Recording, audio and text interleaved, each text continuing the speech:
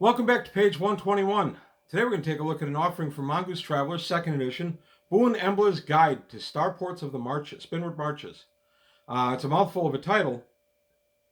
This was offered as a premium for the Kickstarter for one of the Journal of the Traveler's Aid Societies, and Mongoose has recently made it available as a PDF only for $15 through their website or Drive-Thru RPG. I'll put a link below. But I was intrigued. I wanted to see. I love starport layouts in Traveler. It's one of my favorite things. And of course, the Spinward Marches. Who can go wrong, right? So I thought I'd take a look at that, and I'll tell you the pros and some cons on this one. A couple, not enough to keep me or to make me unhappy that I bought it, but there were a few cons in this one. Also, just real quick, subscribers, please. Channel's growing nicely. I want to keep the channel growing explosively. And also Patreon. I have several patrons. I want to say thank you to them.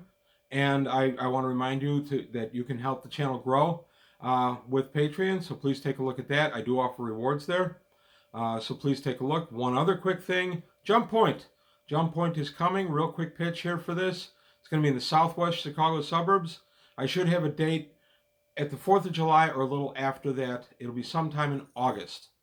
So more details as I get them. I promised the venue I wouldn't say anything until we had a firm date. So that's it. Back to the important stuff today.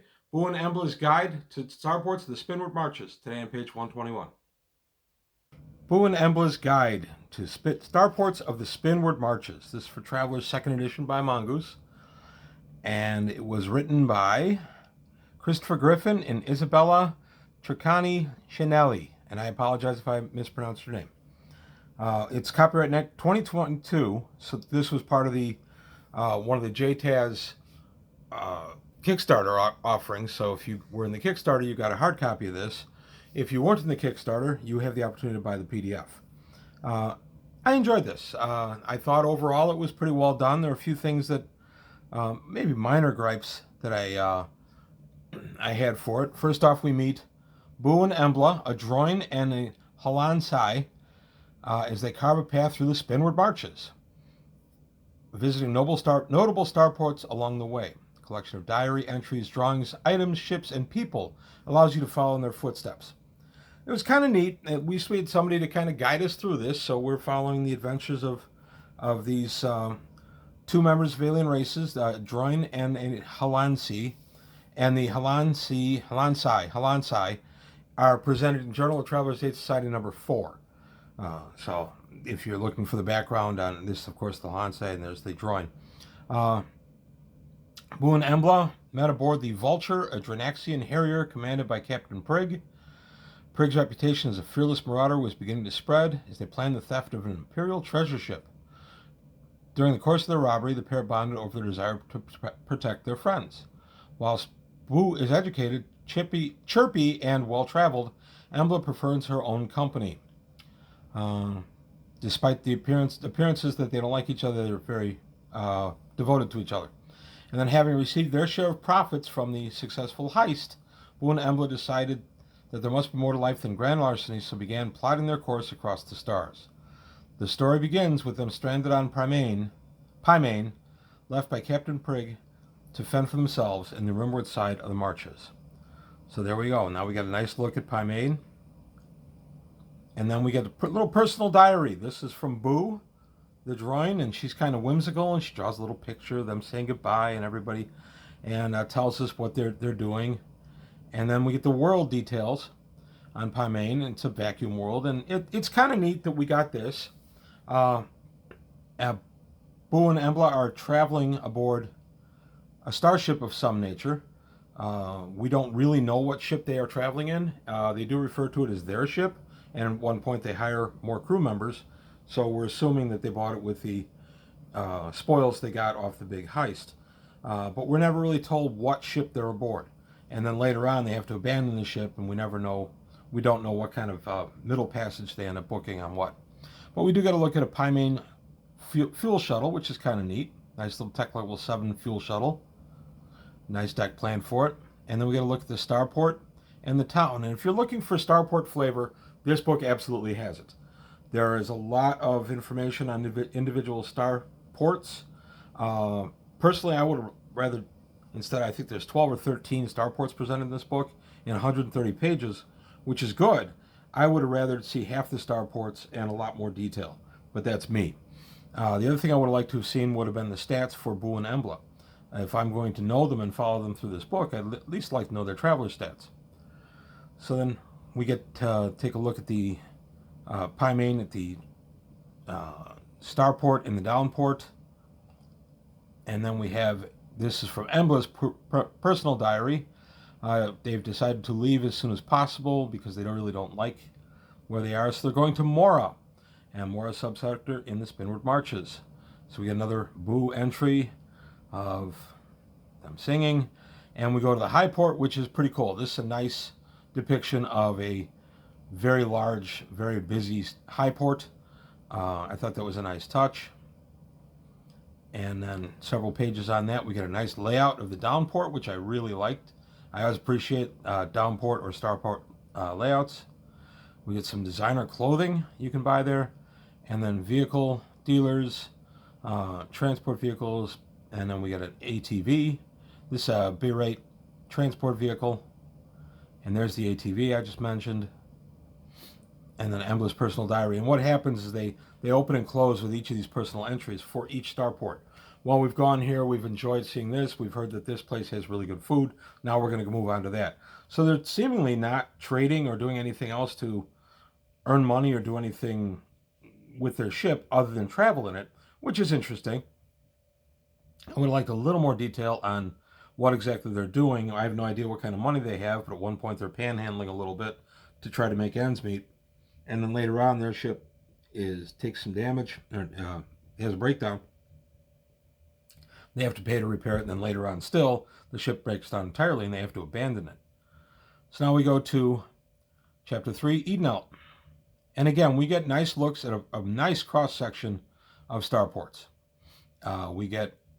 That's a neat-looking picture. We get a nice look at a bunch of different ports. Personally, like I said, I would have preferred to see fewer starports, but more detail on both, on all of them. But again, that's just me. Here we go to some luxury goods that you can get outfitted for your ship. This is kind of neat. I like some of these. You can get a cryo freezer. It freezes your food, so you don't have to throw it away. Platinum storage set, just to be fancy. Self-cleaning surfaces. You get perpetual comfort, which gives you a gravotic bed, contragrav bubble, and a sonic bath, and another whimsical little picture of Boo and Embla. The Panacea Decor. So we get a lot of different consumer items at this port. And now we go on to Glisten. And I mean, we're hitting a lot of the high notes in the marches, which I definitely appreciate. Glisten is, rivals Mora's March Keep Station in size. Completely artificial structure. Just kind of neat depiction of the Glisten system. We don't get any real encounters. We get a couple of like nuggets or adventure hooks here in the encounters, but we don't get any detail, and we don't get anybody brought out with any stats.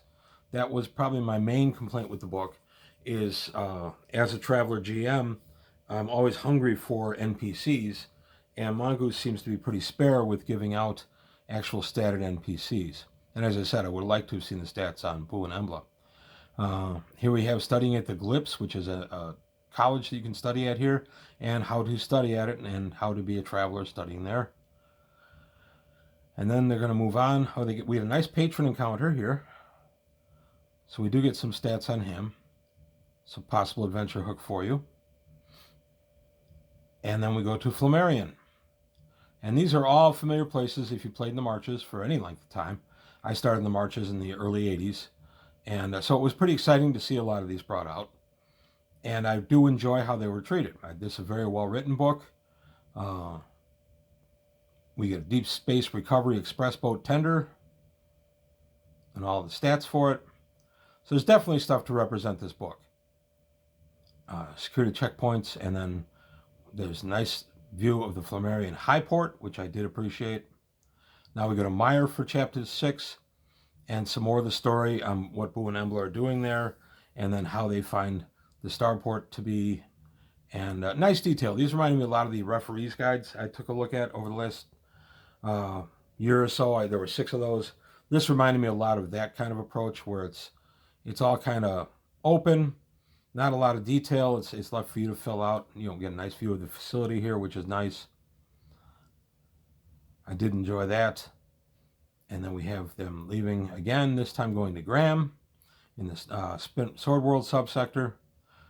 So you're getting a nice flavor of the Spinward Marches. Here we have a Heratliner Gravotic Transport, Tech Level 10. An interview excerpt with Boo and a worker. And now here we got somebody fleshed out. Chef Sergeant Matilda of the Sword World. She's a female, but she's carved her way through the glass ceiling and is very competent at what she does and has earned the respect of the male sword worlders, which is no easy feat for a female. We take a look at the capital of Graham. Again, nice artwork. Another personal diary entry. Now we go to Villas, Chapter 8. And toward the end, we get a nice map of their route. There's a nice view of the planet itself, the orange peel look. Other eats, here's the menu. Another thing I'm a little disappointed with Traveler. I love the idea that the burger survived this far into the future, but when we get any kind of, quote, fast food, unquote, that's all we ever get is burgers. And here we have burritos, a hot dog, seaweed fries, and then later on we have pizza. So pancakes, all these American staples, for the most part, have survived. The Earl of Sandwich would be proud to have the creation that bears his name still active so far in the future. But I don't know, I'd like a little more variety put into different foods of the future, I guess is what I'm saying. Chapter 9, Ardennes in the Villa subsector. And then the Starport again. And then the Ardennes, you can be a member of the Ardennes Society. You can literally buy your way to a post in the society and into the government. So if you have some spare cash, we got the Endeavor class packet, which is a similar form to the Beowulf class free trader. It's a tech level 9 with a thrust 1 and jump 1 or 2, depending on if you buy the extra jump 2 module for it. And then we go to Quar, which is in the Chronar subsector. And we've only got a few more left. We get a nice look at the Quar security robot. I did like, if you're looking for a game in the marches, maybe places you haven't played before, this is a really good place to start. There's a ton of information about all these places in various things online and other old traveler things, but this would be a really good starting point for you. Here we're at Jewel, in the Jewel subsector. That's chapter 11. There's the planet itself, how the law is.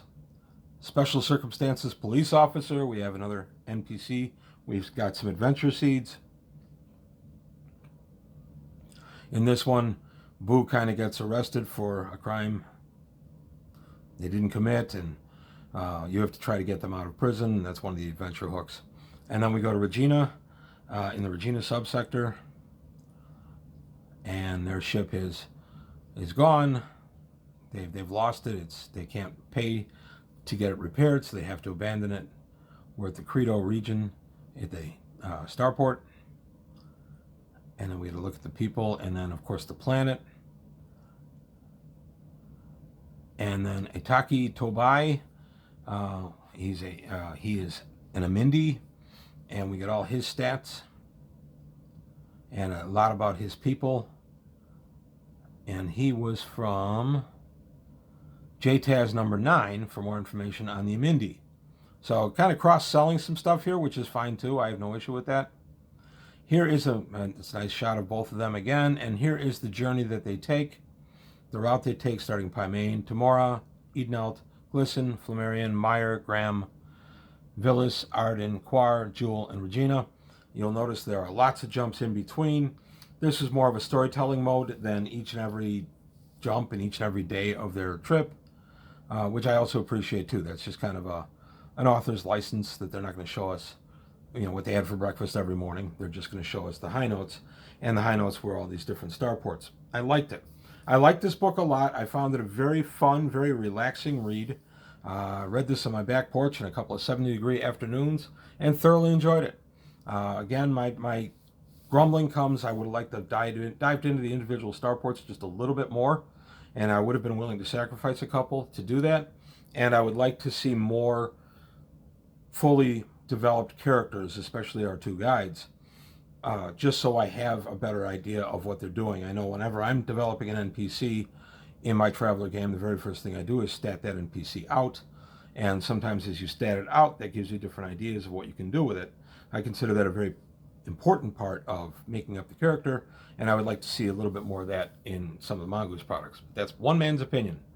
But that's all I've got to say today on Boo and Embla's Guide to Starports of the Marches. Let me know what you think. If you really enjoyed it, I did. I absolutely recommend it. I think there's a ton to recommend. It's just I've had those couple of little quibbles, but that's just my opinion. Let me know what you think, and let me know how you're going to use this in your game, if at all. And that's it for today. I'll see you next time on page 121.